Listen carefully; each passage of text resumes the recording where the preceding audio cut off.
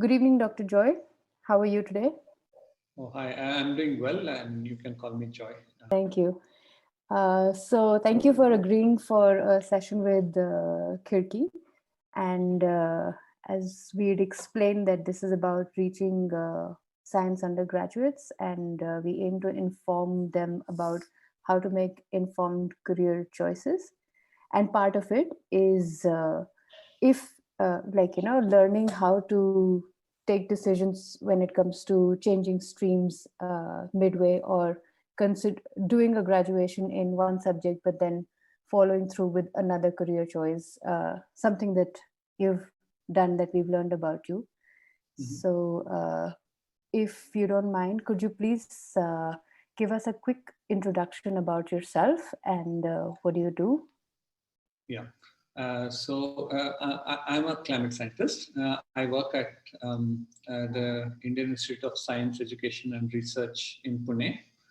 I have recently started working here as an assistant professor. And most of my work involves both conceptual questions, addressing conceptual questions in climate science, as well as building theoretical and computational models to try and answer these questions which come up when we do conceptual exploration. And my focus has mostly been in trying to understand uh, the fluid dynamics of the atmosphere. So try to understand how the atmosphere behaves as a fluid and what properties it has. And Okay. also, some of my other work is more deals with building easy to use climate models. And a final stream of my work, which I have developed over the past year or so, is trying to understand heat waves in South Asia. So this is sort of a brief overview of what I do. Okay. I'd just like to understand what made you want to be a climate scientist in the first instance. There was no long-term aim to be a climate scientist. I don't Okay. think I would have even thought about this in the first 25 years of my life. Um, Okay. so it just eventually, over time, just happened to be the choice that made the most sense as compared to all other things that I was exploring. So I would say it was just a decision that was the uh, end of a long exploratory process. Okay.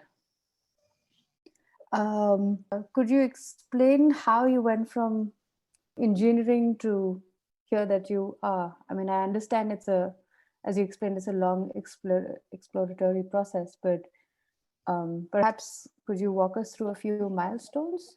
I graduated from B with a job in a company where I was involved in building the software for high-end audio systems. Okay. And 4 months into my job, I left. And then, though I continued to work part time as a consultant in the same company. Um, and the time when I was not doing work for this company, I had started a postgraduate diploma course, which was a 2-year course, where which was trying to understand the social aspects or the social impacts of technology, especially in an Indian context. So we essentially learned a lot about economics and sociology and social work and things within that theme, and try to integrate it with technology and probably developing products which have a larger social impact Okay. along those lines. And uh, 2 years, I finished the course and I was a consultant. And post that, I had made a decision that I was interested and I wanted to continue in climate science. Then I joined the Indian Institute of Science for a master's.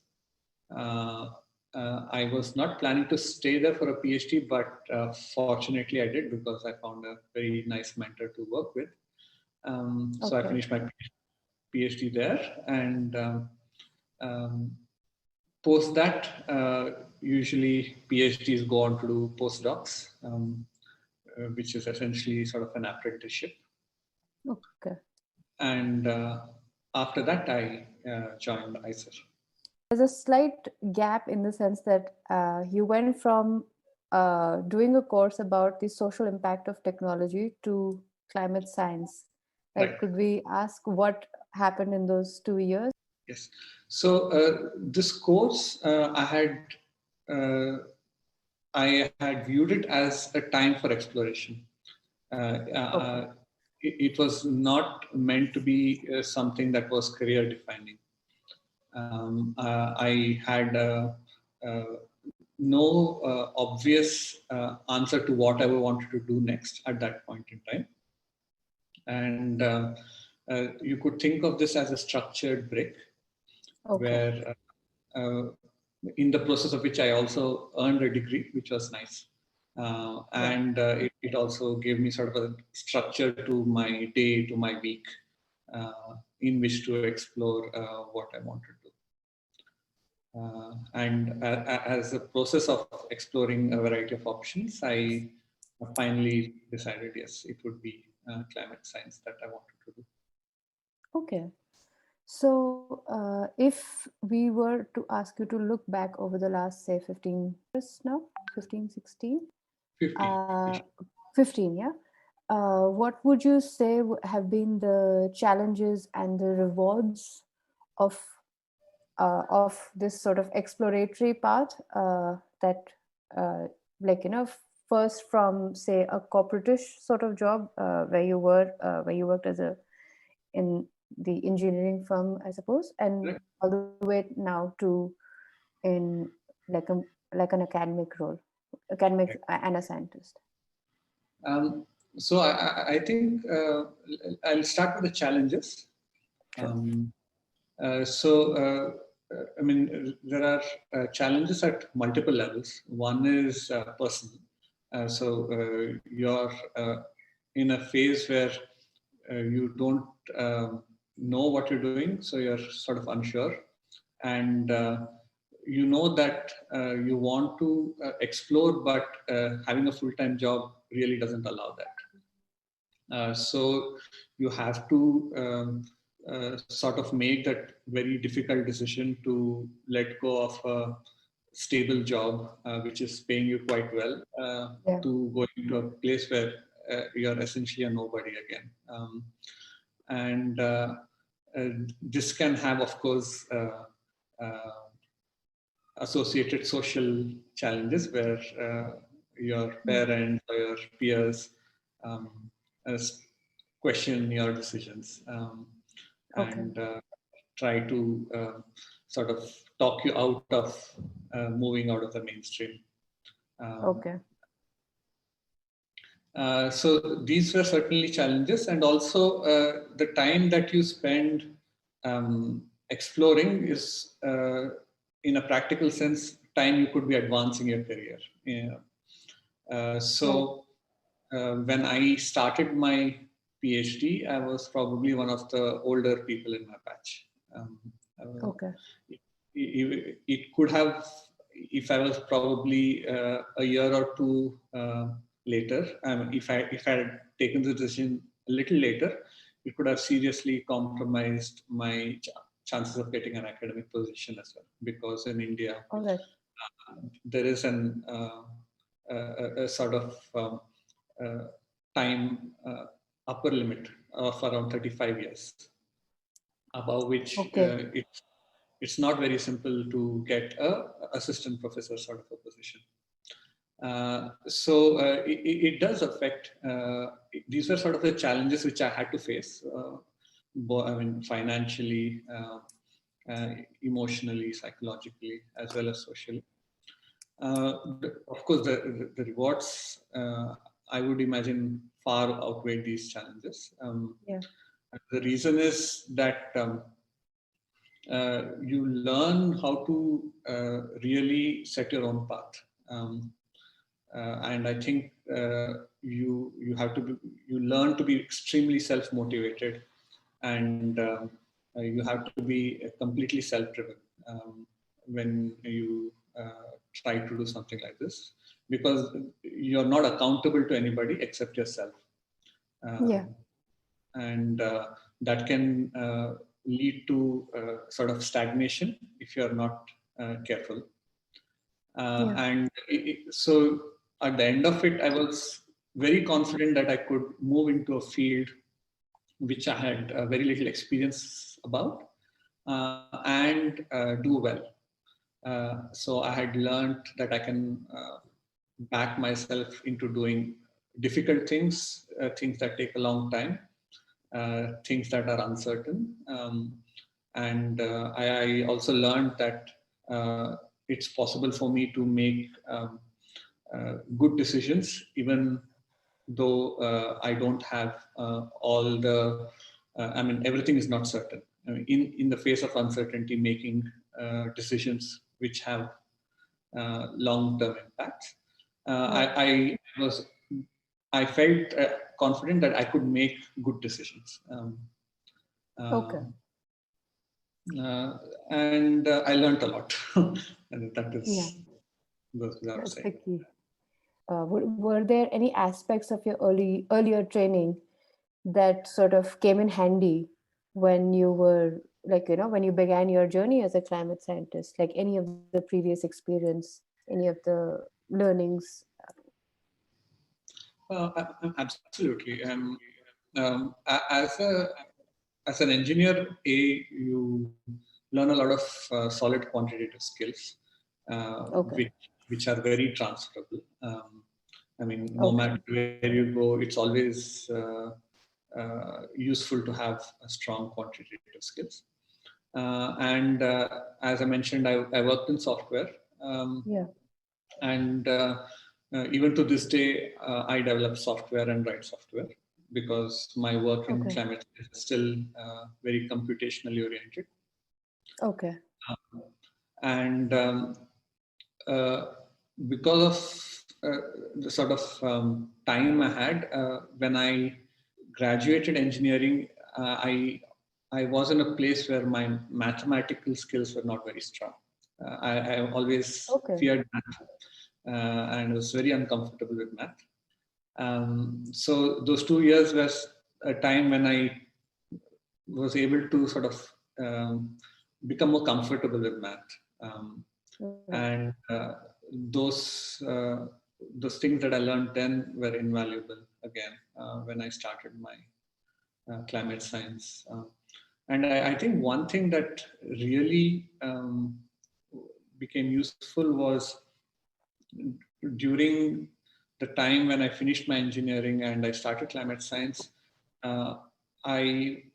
Because of my exploratory mode, I would ask a lot of people, or chat up a lot of people, Okay.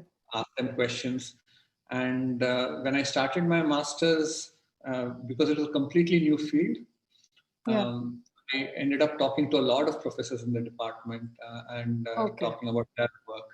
And it was very natural to me, whereas I could notice that some of my peers hesitated to talk to professors about things other than the courses that they're doing. Right. Um, so I think it just sort of reduced certain inhibitions, which helped me grow as a scientist after that. Okay.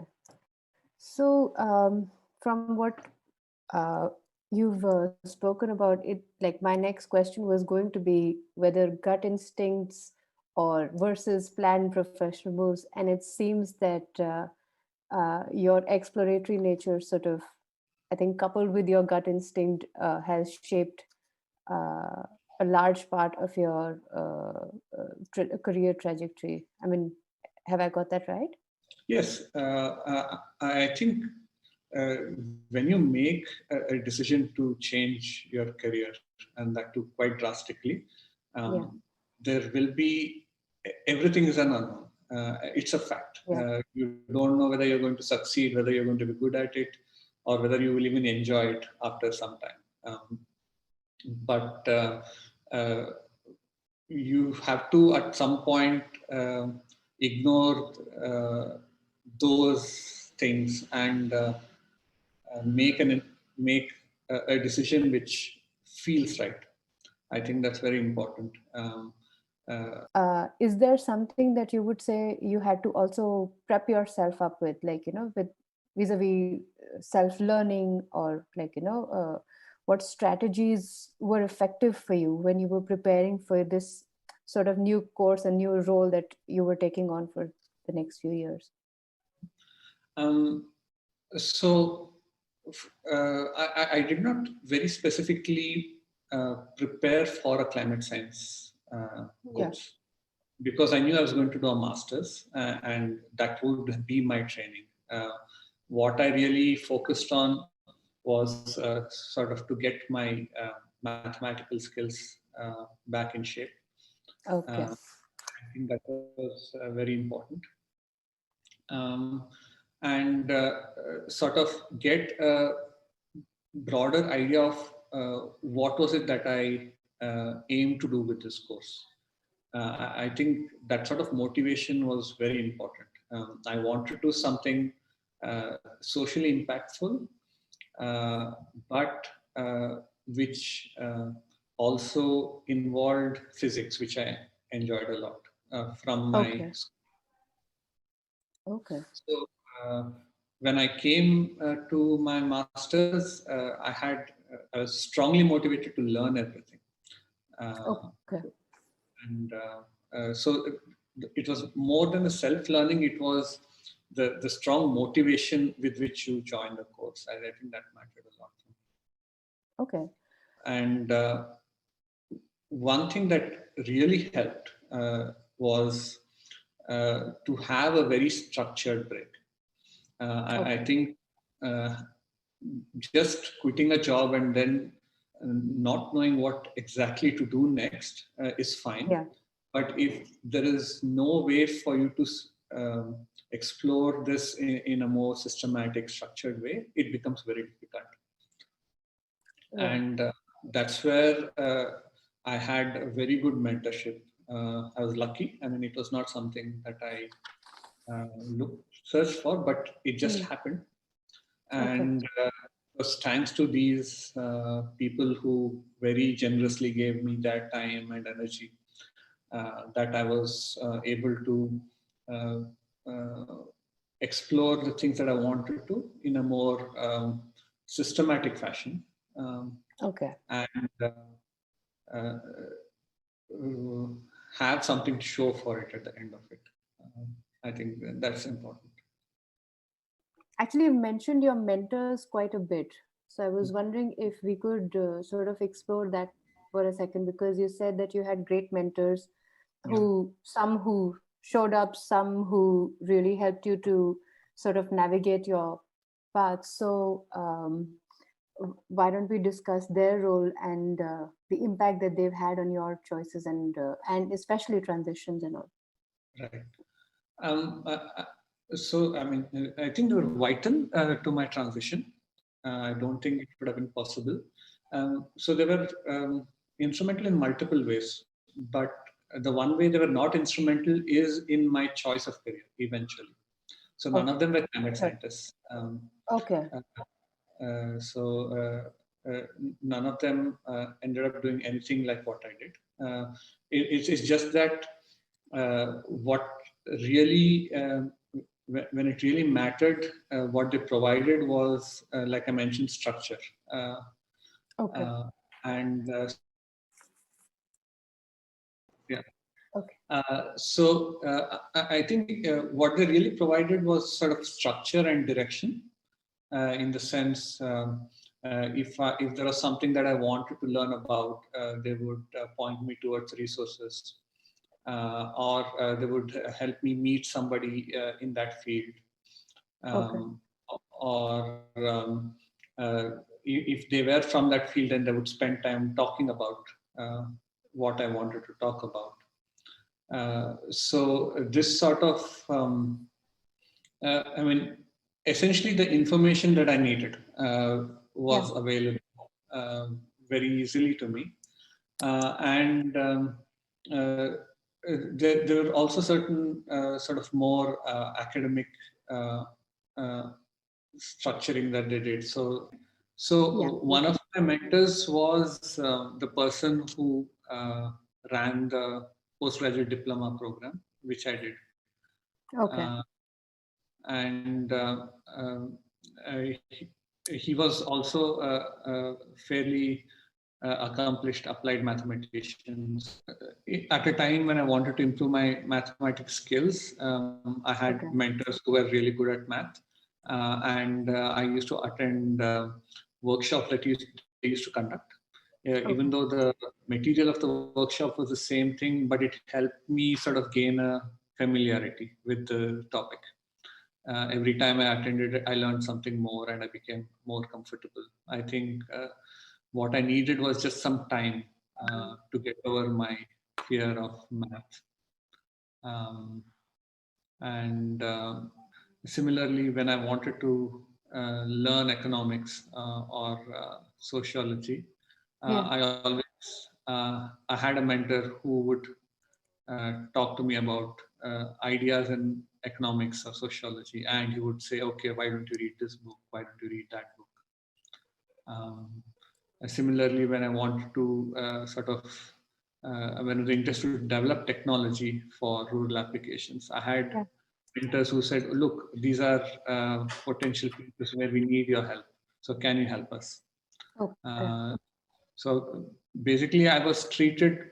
They placed their confidence in me. I was treated as an equal, but they also provided me with whatever I needed to progress. Have you ever had a situation where you really wanted to know something from someone, like you required some information, but the person was not really known to you, but they were an expert in their field? So approaching them for, say, some information, like, did you ever try doing that as well? So not directly. I generally tended to do my own research on the internet. That way.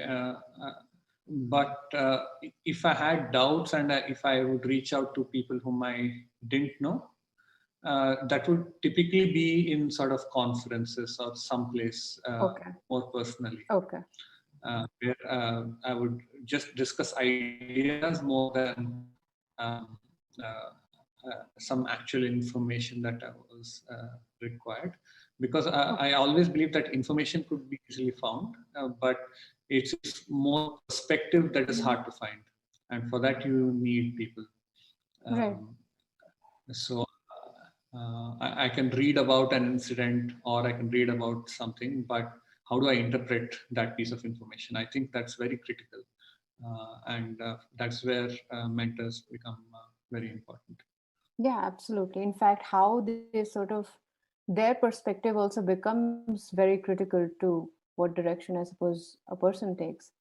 Yeah, absolutely. There's no doubt about that. Yeah. So, and in this sort of path, were there any sort of major career decisions that you backed out from, or that you were forced to perhaps back out from?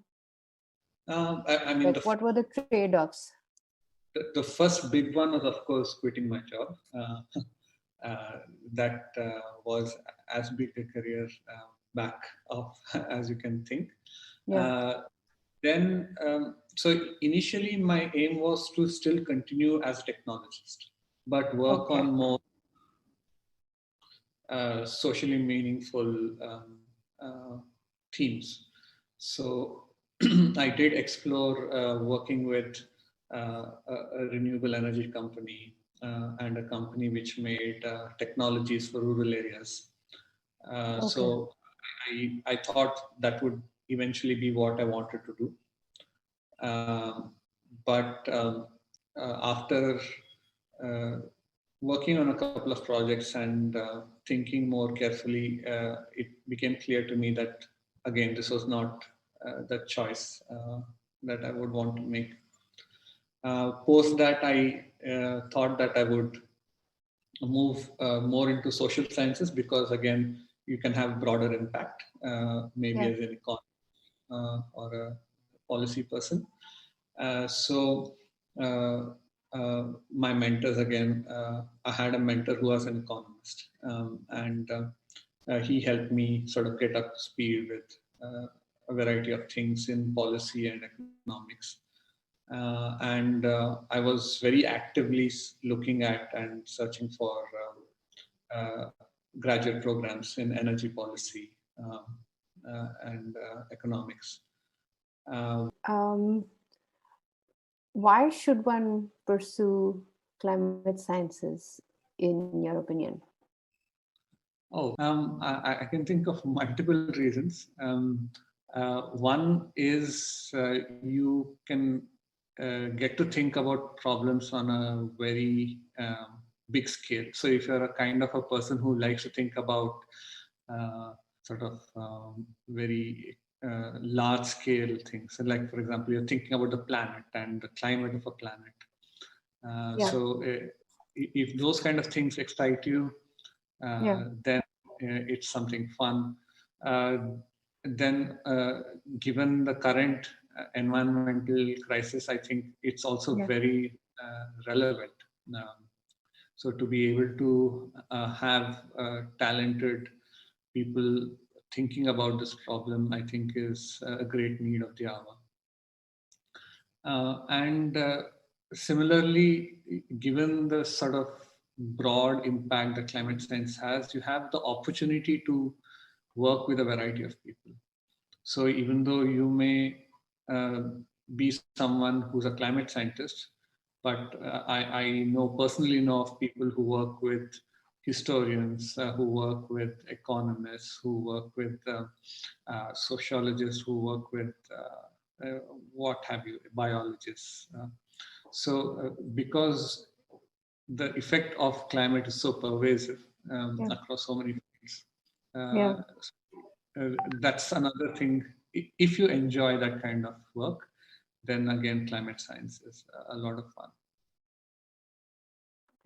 What is it about the academic environment that you feel allows you or gives you the advantage, or perhaps it is different from the corporate world? I mean, okay, so I would think of academia, especially sort of academic positions like my own, to be like a startup. In the sense, you're essentially responsible for your own work, and your failure or your success depends on your team's success. So you have to build up a team, you have to mentor them, you have to work together, you have to be productive, you have to pitch for grants, for funding. So in that sense, I don't think academia is very different from the industry. But I think personally what made the difference was academia allows you to approach and think about problems that need not necessarily become a product in the next year or 2 years. So you can think about things that need not have immediate commercial impact, which is an absolute must in an industry. And since some of my interests were sort of very interdisciplinary, which have no obvious impacts in the near term, academia seemed like the correct choice. You mentioned that when you were starting with your master's in climate science, you didn't hesitate to ask the questions like, whereas your peers might just have, like, may hesitate. What would be your advice for the current undergrad, like kids who are perhaps pursuing undergraduate science courses? How would you advise them to sort of, I don't know, ask questions, perhaps? I think this is an important point, and it's something I've noticed in a lot of people when I talk with them, is that they believe that unless they are very prepared for any discussion, it is not something they should attempt. Yeah. And I believe the exact opposite is true. I think you should be very opportunistic, and you should take every opportunity, regardless of how well prepared you are, to ask the questions you want to ask. This also sort of comes down to the fact that you don't want to make a fool of yourself. Yeah. But I think it's important sometimes to make a fool of yourself, so that you get over that fear. Because if you are in a position where you know all the answers, and you're always talking from a position of strength, you're probably in a very small part of the universe. I mean, that's the only there's no way you can be asking questions which are broad or highly impactful. Any question that is really meaningful will be big enough that you probably know very little about it. And therefore, unless you're in a position where you're feeling stupid about asking a question, that means I don't think stretching yourself or you're being ambitious enough. And I think ambitious people tend to ask the most stupid questions. Okay. And the last thing was when you mentioned that that's something that you've also noticed, that people tend not to ask questions. Were you referring to students or older, like, older people? Like, what's the age gap that you noticed, or it's just like a pan India problem, not asking questions? Um, uh, my own experience primarily comes from students. And just to add something, I think it's also because very often you let information flow in without actually getting processed in your brain. It just goes from your ear to your memory.